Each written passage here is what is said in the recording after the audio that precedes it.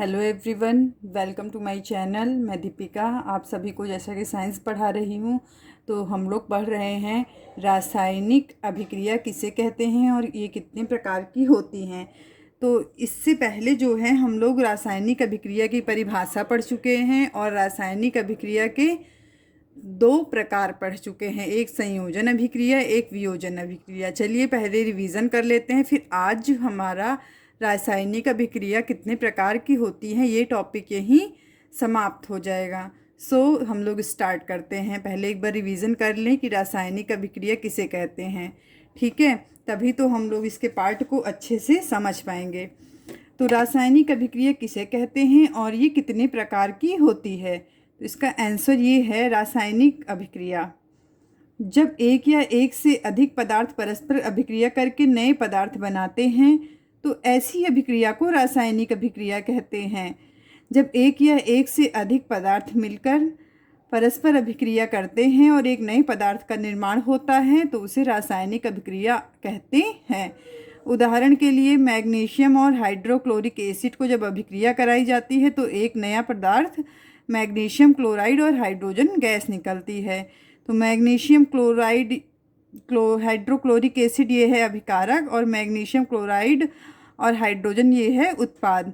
आप लोग इतनी बार रासायनिक अभिक्रिया को की परिभाषा को हम समझा चुके हैं, शायद आपको याद हो ही गई हो। अब न याद हो तो आप लोग याद कर लीजिए, क्योंकि ये रासायनिक अभिक्रिया किसे कहते हैं और ये कितने प्रकार की होती हैं बहुत ही ज़्यादा इम्पॉर्टेंट टॉपिक है, ठीक है? तो अब दूसरे शब्दों में हम कह सकते हैं कि रासायनिक परिवर्तन को अभिक्रिया भी कहते हैं। जो रासायनिक परिवर्तन होता है उसे रासायनिक अभिक्रिया कहते हैं। जैसे वायु के संपर्क में आने पर जंग का लगना, अंगूर के रस का किण्वन, भोजन का पकाना, हमारे शरीर में भोजन का पाचन जो हम श्वसन करते हैं, तो ये सब हैं रासायनिक अभिक्रिया, ठीक है? तो अब हम लोग पढ़ रहे थे जैसा कि रासायनिक अभिक्रिया के प्रकार। इसकी नोट्स तो मैंने आपको प्रोवाइड करा ही दी है, वहाँ जाके आप देख सकते हैं। इस मगर हम लोग फिर से रिवीजन करा रहे हैं क्योंकि हम लोगों को पढ़ना है रासायनिक अभिक्रिया के प्रकार। तो जो बच्चे नए हैं उनको ये भी नहीं पता होगा कि रासायनिक अभिक्रिया किसे कहते हैं, इसलिए ये बताना ज़्यादा ज़रूरी है। तो रासायनिक अभिक्रिया के प्रकार जो हैं वो ये हैं। हम लोगों ने सारा हैंड राइट नोट्स बनाया है, इसलिए आप बस ध्यान से पढ़ते रहिए।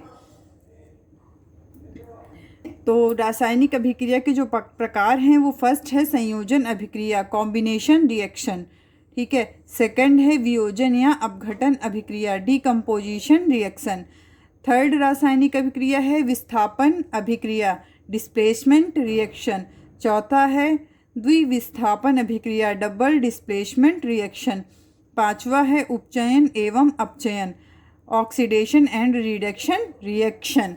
तो ये हम लोग पढ़ चुके हैं रासायनिक अभिक्रिया क्या है, रासायनिक अभिक्रिया के प्रकार। ये अब हम तीसरी बार पढ़ रहे हैं बच्चों, इसलिए ध्यान से पढ़िए, ठीक है? तो ये संयोजन अभिक्रिया, इसको कल हम लोग पढ़े थे मगर एक बार रिवीजन कर लेते हैं, ठीक है? अभी ये पांचों अभिक्रिया आज यहीं आप लोग की कंप्लीट कर दी जाएगी, ठीक है? बहुत इंपॉर्टेंट है, मन लगा के पढ़िए। संयोजन अभिक्रिया वह अभिक्रिया जिसमें दो या दो से अधिक अभिकारकों से एकल उत्पाद का निर्माण होता है, तो ऐसी अभिक्रिया को संयोजन अभिक्रिया कहते हैं। तो संयोजन अभिक्रिया कॉम्बिनेशन रिएक्शन, कॉम्बिनेशन मतलब जुड़ना, संयोग होना, तो यही है संयोजन अभिक्रिया। वह अभिक्रिया जिसमें दो या दो से अधिक अभिकारकों से एकल उत्पाद का निर्माण होता है, तो ऐसी अभिक्रिया को संयोजन अभिक्रिया कहते हैं। जब दो प्रोडक्ट, मान लीजिए एक ए है और एक बी है, ये दो मिलकर एक प्रोडक्ट का निर्माण होता है, तो उसे ही कहते हैं संयोजन अभिक्रिया। जैसे कैल्शियम ऑक्साइड, ये है बिना बुझा हुआ चूना, जब H2O जल मिला दिया गया तो कैल्शियम हाइड्रोक्साइड बना, ठीक है? जब ये देखो, जब दो या दो से अधिक अभिकारक यहाँ लिए गए हैं, इससे एकल उत्पाद का निर्माण हुआ है, तो यही होता है संयोजन अभिक्रिया।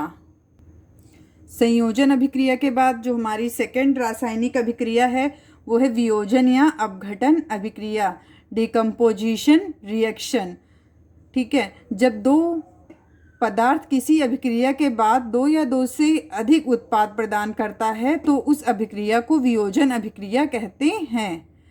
तो जब कोई पदार्थ किसी अभिक्रिया के बाद, जब कोई पदार्थ होता है, जब कोई पदार्थ अभिक्रिया कराया जाता है उसमें, तो दो या दो से अधिक पदार्थ प्राप्त होते हैं तो उस अभिक्रिया को वियोजन अभिक्रिया कहते हैं।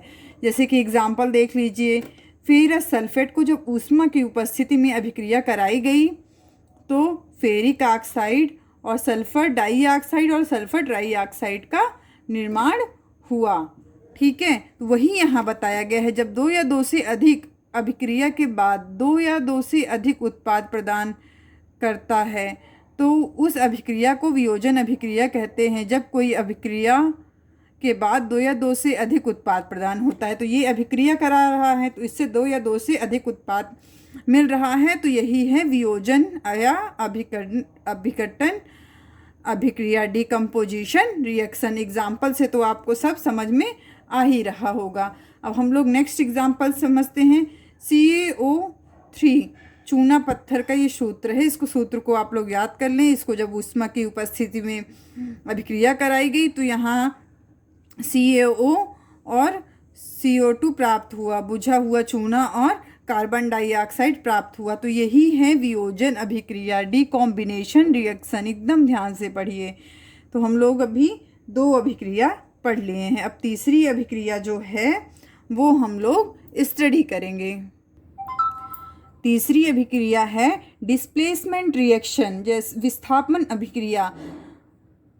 तो डिस्प्लेसमेंट होता है यहाँ पे, जैसे कि नाम से इसकी परिभाषा मिल रही है वैसे ही, जैसे इसका नाम है विस्थापन अभिक्रिया, डिस्प्लेसमेंट रिएक्शन। यहाँ डिस्प्लेस होता है प्रोडक्ट का, तो वही अभिक्रिया होती है विस्थापन अभिक्रिया।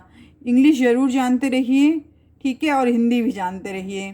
तो ऐसी अभिक्रिया जिसमें अधिक अभिक्रियाशील पदार्थ कम अभिक्रियाशील पदार्थ को उसके यौगिक से अलग कर देता है। जब अधिक अभिक्रियाशील पदार्थ होता है और कम अभिक्रियाशील पदार्थ को अलग कर देता है तो उस अभिक्रिया को कहते हैं विस्थापन अभिक्रिया।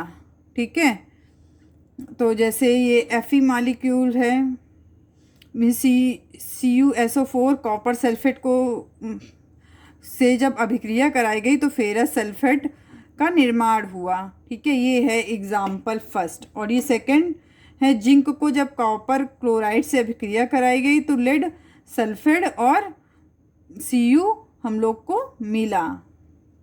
ठीक है, तो ये हो गया विस्थापन अभिक्रिया, डिस्प्लेसमेंट रिएक्शन। आप लोगों को कहीं भी डाउट हो तो आप लोग मैसेज करके पूछ सकते हैं, कमेंट बॉक्स में कमेंट कर लें, फिर आप लोग को आंसर दिया जाएगा। ठीक है, अब हम लोग ये तीन अभिक्रिया पढ़ लिए, एक संयोजन अभिक्रिया, वियोजन अभिक्रिया, विस्थापन अभिक्रिया, द्विविस्थापन अभिक्रिया अब हम लोग पढ़ेंगे, और अपचयन एवं उपचयन। ठीक है, तो अब हम लोग चौथी अभिक्रिया पढ़ेंगे, द्विविस्थापन अभिक्रिया। तो द्विविस्थापन डबल डिस्प्लेसमेंट रिएक्शन, जब डबल अभिकारक का डिस्प्लेसमेंट होता है तो वही होता है द्विविस्थापन अभिक्रिया। जैसे नाम मिलता जुलता है वैसे ही इसकी परिभाषा भी है। तो ऐसी अभिक्रिया जिसमें अभिकारकों के बीच आयनों का आदान प्रदान होता है। तो जब ये केमिकल रिएक्शन होता है तो इसमें आयनों का आदान प्रदान होता है तो उसे द्विविस्थापन अभिक्रिया कहते हैं। ठीक है, तो ये है द्विविस्थापन अभिक्रिया का एग्जाम्पल। तो फर्स्ट एग्जाम्पल है Na2SO4 को BaCl2 से जब अभिक्रिया कराई गई तो इसमें है आयनों का आदान प्रदान हो रहा है। तो इसमें देखो ये आयनों का आदान प्रदान हुआ है, BaSO4 और 2NaCl प्राप्त हुआ है। और ये देखो NaOH को जब H2SO4 से अभिक्रिया कराई गई तो NO2 और SO4 और H2O हम लोग को प्राप्त हुआ है। तो ये है द्विविस्थापन अभिक्रिया, डबल डिस्प्लेसमेंट रिएक्शन। ठीक है, आप लोग अच्छे से पढ़िए, कोई डाउट हो तो कमेंट बॉक्स में मैसेज कर दीजिए, आपका डाउट क्लियर कर दिया जाएगा। ठीक है, अब लास्ट जो ये चौथी अभिक्रिया है, अब हम लोग लास्ट जो है अपचयन अभिक्रिया, नहीं सॉरी, लास्ट जो है वो हम लोग की अभिक्रिया है अपचयन उपचयन एवं अपचयन अभिक्रिया, ऑक्सीडेशन एंड रिएक्शन। तो जैसे ऑक्सीडेशन एंड रिएक्शन, ये तो आप पहले ही पढ़े होंगे, 9th में था, वह फिर से एक बार मतलब रिवीजन कर लें। उपचयन एवं अपचयन अभिक्रिया ये बहुत ही ज़्यादा इम्पॉर्टेंट है एग्ज़ाम की दृष्टि से, इसलिए थोड़ा सा भी स्किप मत करें, ठीक है। तो किसी पदार्थ में ऑक्सीजन की वृद्धि अथवा हाइड्रोजन का ह्रास होता है अथवा दोनों ही हो तो उसे अपचयन या ऑक्सीडेशन रिएक्शन कहते हैं। तो मेन ये तो डिफिनीशन हो गई, किसी पदार्थ में ऑक्सीजन की वृद्धि अथवा हाइड्रोजन का ह्रास होता है अथवा दोनों ही होते हैं तो उसे ऑक्सीडेशन रिएक्शन कहते हैं। और आप लोग कैसे जानेंगे कि होता है, तो अगर ऑक्सीजन का जुड़ना होता है तो उपचयन होता है, ठीक है। ऑक्सीजन अगर जुड़ती है तो उपचयन होता है, ऑक्सीजन अगर हट जाती है तो वहाँ अपचयन होता है। उसी टाइप में है, हाइड्रोजन का अगर जुड़ता है तो अपचयन होता है, ऑक्सीजन का हटना उपचयन होता है, ठीक है। ये चीज़ आप लोग को एग्जाम्पल में भी पता चलेगा, ठीक है। जैसे Ca+O2 से बना CO2, तो यहाँ ऑक्सीडेशन रिएक्शन हो रहा है, ठीक है। ऑक्सीडेशन मीन्स उपचयन, तो उपचयन में क्या है, ऑक्सीजन जुड़ रही है, तो ये देखो ऑक्सीजन जुड़ रही है उपचयन में ना, तो ये देखो CO में ऑक्सीजन जुड़ रही है, तो यहाँ क्या हुआ, ऑक्सीडेशन रिएक्शन, उपचयन अभिक्रिया, एकदम अच्छे समझिए। और ये देखिए 2Cu+O2, तो ये 2COO बन रहा है, तो यहाँ 2Cu मॉलिक्यूल में ऑक्सीजन जुड़ रहा है, तो यहाँ क्या हुआ, अपचयन अभिक्रिया, ऑक्सीडेशन रिएक्शन, ठीक है। तो आप, उम्मीद है कि आपको ये सब अच्छे समझ आ गया होगा। तो अब हम लोग उपचयन अभिक्रिया पढ़ लिए, ऑक्सीडेशन रिएक्शन, तो यही मेन है ऑक्सीडेशन रिएक्शन में कि ऑक्सीजन का जुड़ना उपचयन होता है और ऑक्सीजन का हटना अपचयन होता है, ठीक है। अब हाइड्रोजन का जुड़ना अपचयन होता है, ऑक्सीजन का हटना ये उपचयन होता है। यही मतलब मेन इम्पॉर्टेंट यही है, ठीक है। नोट करते जाइए आप लोग, जिससे आपको स्टडी में आसानी हो, ठीक है। तो अब हम लोग पढ़ेंगे उपचयन अभिक्रिया, रिडक्शन रिएक्शन। ये सारे नोट्स आप लोगों के लिए ही बने हैं, इसलिए भैया मन लगा के पढ़िए।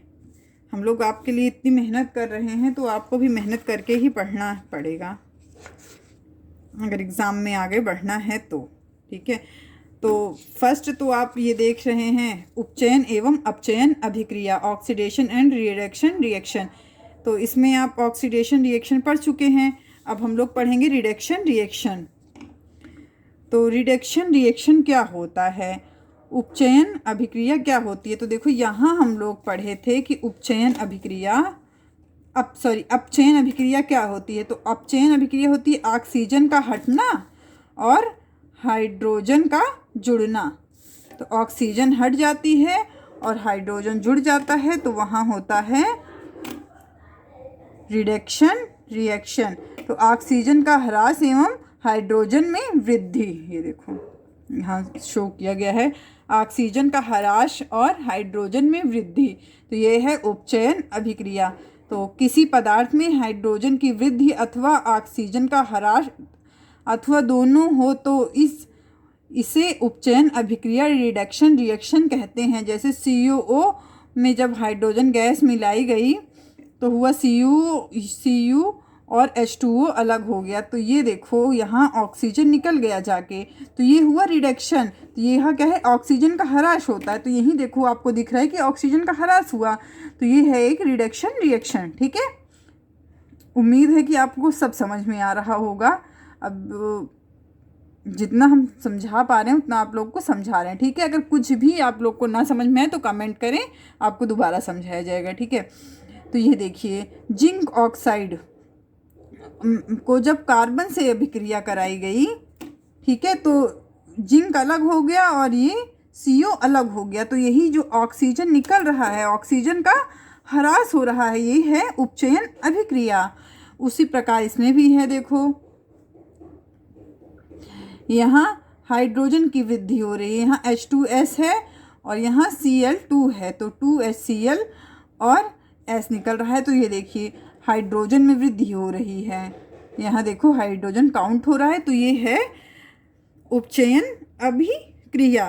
तो अभी दोनों अभिक्रियाएं कभी कभी दोनों अभिक्रियाएं साथ में हो जाती हैं, कभी कभी उपचयन और अपचयन अभिक्रियाएं साथ साथ हो जाती हैं। तो ये नोट है, ये नोट कर लीजिएगा, ठीक है।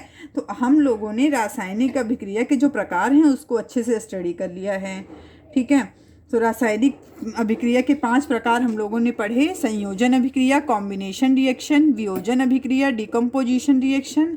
पहले देख लीजिए, देख के मतलब। तो रासायनिक अभिक्रिया के हम लोग ये 5 जो प्रकार हैं इसको पढ़ चुके हैं, ठीक है। संयोजन अभिक्रिया, कॉम्बिनेशन रिएक्शन, वियोजन या अपघटन अभिक्रिया, डिकम्पोजिशन रिएक्शन, विस्थापन अभिक्रिया, डिस्प्लेसमेंट रिएक्शन, द्विविस्थापन अभिक्रिया, डबल डिस्प्लेसमेंट रिएक्शन, उपचयन एवं अपचयन, ऑक्सीडेशन एंड रिडक्शन रिएक्शन। ये 5 हम लोग पढ़ चुके हैं। तो और इससे पहले हम लोग पढ़े हैं भौतिक एवं रासायनिक अभिक्रिया, भौतिक और रासायनिक परिवर्तन में अंतर। तो ठीक है, ये इतना क्वेश्चन आप लोग तैयार कर लीजिए। अब नेक्स्ट में आप लोग को मतलब इसमें जो इम्पॉर्टेंट है फर्स्ट चैप्टर में वो पढ़ा दिया जाएगा। थोड़ा सा और है, उम्मीद है कि एक दिन में ये भी कंप्लीट हो जाए। फिर आप लोग को आपकी बुक में जो क्वेश्चंस हैं उसको सॉल्व कराए जाएंगे, ठीक है। तो इतना आराम से पढ़ लीजिए, फिर बुक वाले क्वेश्चन नेक्स्ट टाइम आपको सॉल्व कराए जाएंगे, ठीक है। तो उम्मीद है आपको सब समझ में आ गया होगा। प्लीज़ इतनी मेहनत के बाद एक लाइक तो कर ही सकते हैं आप। लाइक करिए, कमेंट करिए, अपने मित्रों को भी बताइए, शेयर करिए। Thanks for watching, subscribe more videos.